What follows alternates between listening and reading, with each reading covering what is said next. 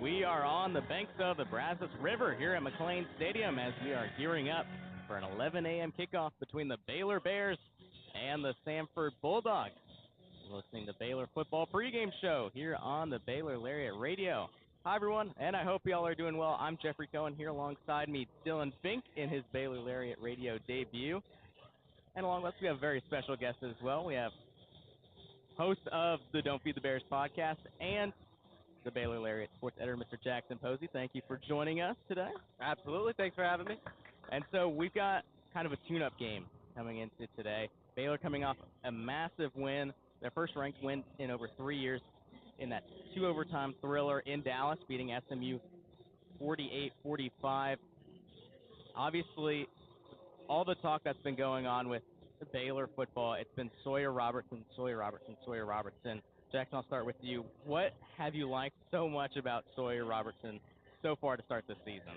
You know, Jeff, I talked about this earlier this week on the Please Bear With Me podcast, but to me, Sawyer Robertson strikes me, and you'll appreciate this as a literature enjoyer, especially Dylan, reminds me of another Sawyer, Tom Sawyer, of Mark Twain fame. You know, this is a child who was a little mischievous, and when he got in trouble, he had to paint the fence.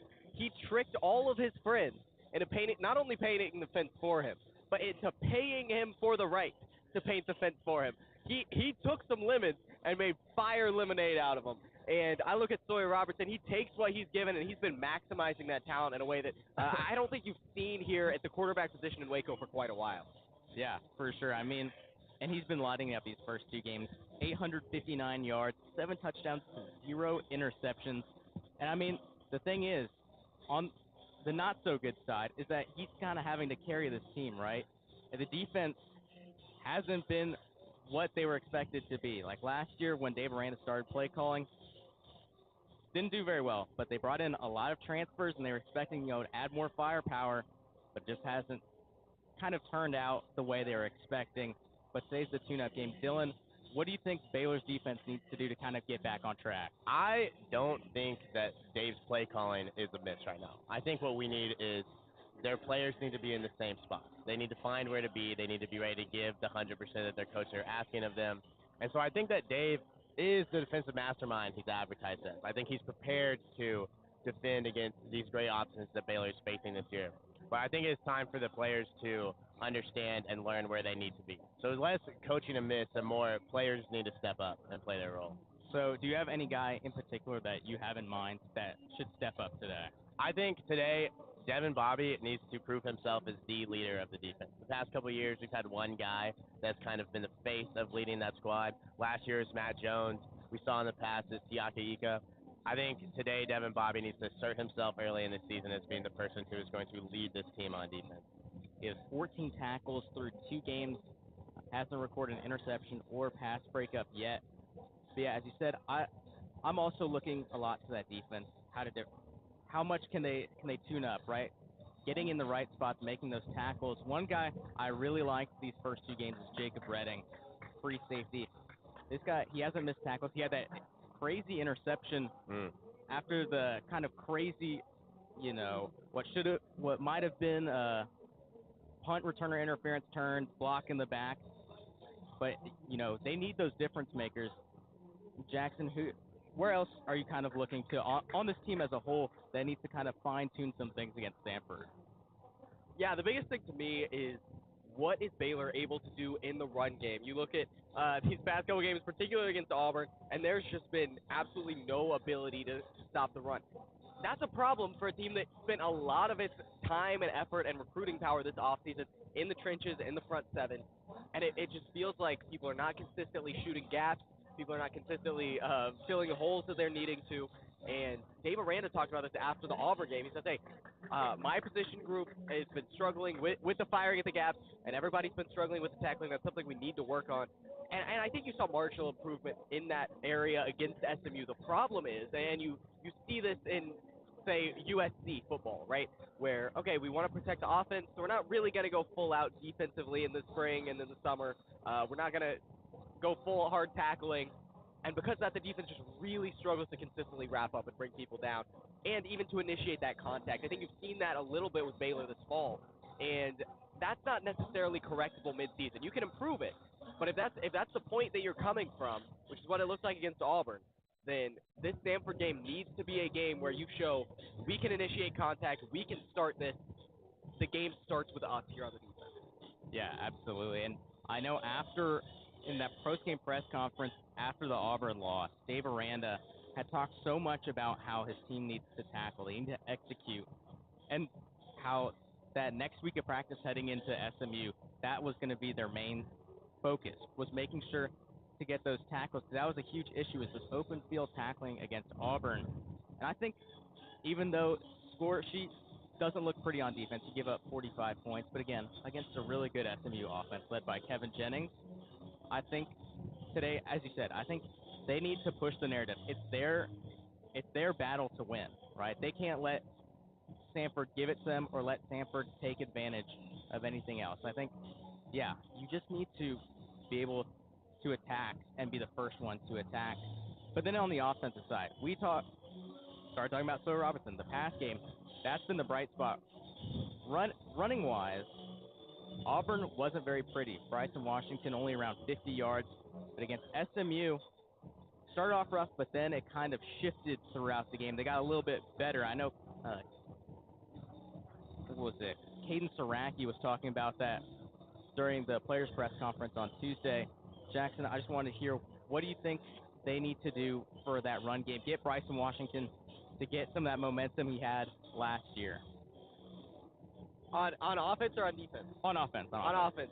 Yeah, I think the offensive line should be improved this season. When you think about the experience that's coming back, last year was kind of fractured. Now we got some starters coming back, some transfers, some young guys stepping up. This year you bring back 4 starters, and the 5th guy was your swing tackle who was playing in most of the games last season anyway. This should be a unit that can consistently mow down other teams. That being said, you haven't seen that so far, right? Bryson Washington's averaging 3.7 yards a carry. A year ago, I believe it was 5.9. And so when you're thinking about an offense that is so predicated on, okay, if it's a light box, we're going to run it. If it's a heavy box, we're going to throw it. It's fairly similar to those Browse offenses of the early 2010s in that sense. You need to be able to run the ball consistently, or they're just going to keep pushing that secondary back and back and back, and you're not going to be able to consistently gain yardage. So you got to get this ground game going. I think partially that's on the offensive line. You got to be generating more push. But from a running back perspective as well, you got to be able to take what the defense is giving you. Not every play can be a home run, and you got to be a little more willing to take those singles and doubles. Yeah, and Dylan, so also just from Caden Saraki back on Tuesday, he was talking about how kind of late in the game, especially overtime, they ran the ball a lot in first overtime. That's almost exclusively what they did. And they got Bryson Washington into the end zone in the first overtime. And Saraki said how much of just a lift off for them. Just how big it was for them to kind of see, kind of drive down the field in a big moment with the run game. How big did you think late in the SMU game was for this rushing offense? I think getting that score definitely kind of got the ground running for them. Bryson, I feel like we have to take with a grain of salt. Remember, he's still a young player. He's only a sophomore. So the way I see him is he got that first touchdown during regular play, and then when he came out in overtime was ready to go do what we know he can do. And so I think he still has kind of that, not immaturity, but just youngness, where he needs to kind of see what he can do before he really is knows what his power is in the backfield. He had to kind of get his feet under him, get a little success, to have that motivation to lift him up, which I think after his performance in the SMU game, an over 100-yard game, he should be ready to do for the rest of the season. Yeah, and today I think kind of the expectation for Baylor is to get a lot of guys in that you don't normally get to play. So I'm looking to this running back room.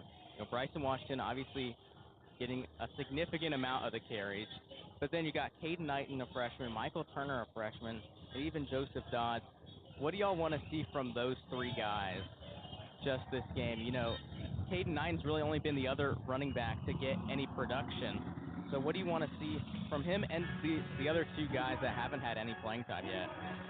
Yeah, I'm really intrigued to see what the second, third, fourth string guys are able to do this week, given that the starters frankly should not be out there in the second half. There's no reason Sawyer Robertson should be attempting any throws in the third quarter here, unless you're trying to pad some Heisman numbers, right? And so, yeah, I agree with you. I think I'd keep an eye on Caden Knighton. Is this his coming out party? He played really well against Auburn. They trusted him enough to run him with the ball in second overtime against SMU. That's not something you typically would trust a true freshman to do. When you've only got a two-man rotation, man, they're putting a lot on his shoulders. I'm excited to see what he can do. And Michael Turner as well. That's a four-star guy coming in as a freshman. We'll see if he plays over Joseph Dodds. Is another thing I'm curious to see. Dodds was previously a four-star recruit, number one recruit a year ago, but missed his freshman season with an injury. And so a lot of interesting things going into the running back room as well as the quarterback room. Behind those top-level starters, there's not a lot of experience on this roster anywhere. And so I'm really curious to see where that goes once we get later into this game. All right, so we just got a few more minutes left. All right, what are y'all's key guys or key kind of notes for today's game? Let's start with you, Jackson. Just your key guys to this game, or maybe just like a key note for Baylor today. Yeah, I would say key guys for me in this game, first name I look at is Keaton Thomas. I think that's the leader of this defense. If you are going to go where you want to go as Baylor Bears, you need Keaton Thomas to become a Terrell Bernard type of player. That's a lot to ask, right? But we've seen the talent from him. He's got that type of upside. And it's a game like this where it's like, all right, you get 3 tackles for loss, the sack against Samford. Maybe this is sort of your launching point to taking a couple more steps forward. On offense, I look at the wide receiver room. I look at, frankly, I think it's going to be a younger guy, right? We'll get some other people some touches here. I'm curious to see how Jaden Porter performs, sophomore out of Lorena, as well as Lewis Brown, transfer from San Diego State, Colorado State. He's a senior, but hasn't gotten too many touches and was right up there in the position battle in the preseason. Curious to see how he performs today. Yeah, and for a guy like Jaden Porter, a young receiver, there's a lot of praise for him coming into this season. He's nicknamed Rook because these guys really believe that he's league bound. They think he's extremely mature as a receiver, even just for his age. Kobe Prentice, one of the guys that really just praised him a lot throughout fall camp. Dylan, your thoughts? I think as far as who I'm looking at today, you mentioned freshmen. I think today is going to be a great opportunity to see some of that recruiting class we brought in. I'm excited to hopefully we'll see Taz Williams take the field for the first time. Very high-rated recruit for Baylor. I really want to see him get at least one reception, even if it's something small. Just I think seeing him on the field is something that could get Baylor fans excited for the future and what could be. On a similar note, Kamar Morgan on the defensive side saw some playing time in the past 2 games, but I'm excited to see him get a little more minutes this week and see what he can do on the defensive end against a team where he should be able to strive against. All right, well, that'll do it from us here at the Pregame Jackson. Thank you for joining us, Dylan. Thank you for your thoughts. Our broadcast will start in just 10 minutes at 10:40, so make sure to stay tuned. Me and Dylan will be on the call for today's game. We'll go over a couple more thoughts, and then kickoff will be at 11 a.m., so make sure to stay tuned for all the action here on the Baylor Lariat Radio. Well, that'll do it from us here. You're listening to Baylor Football on the Baylor Lariat Radio.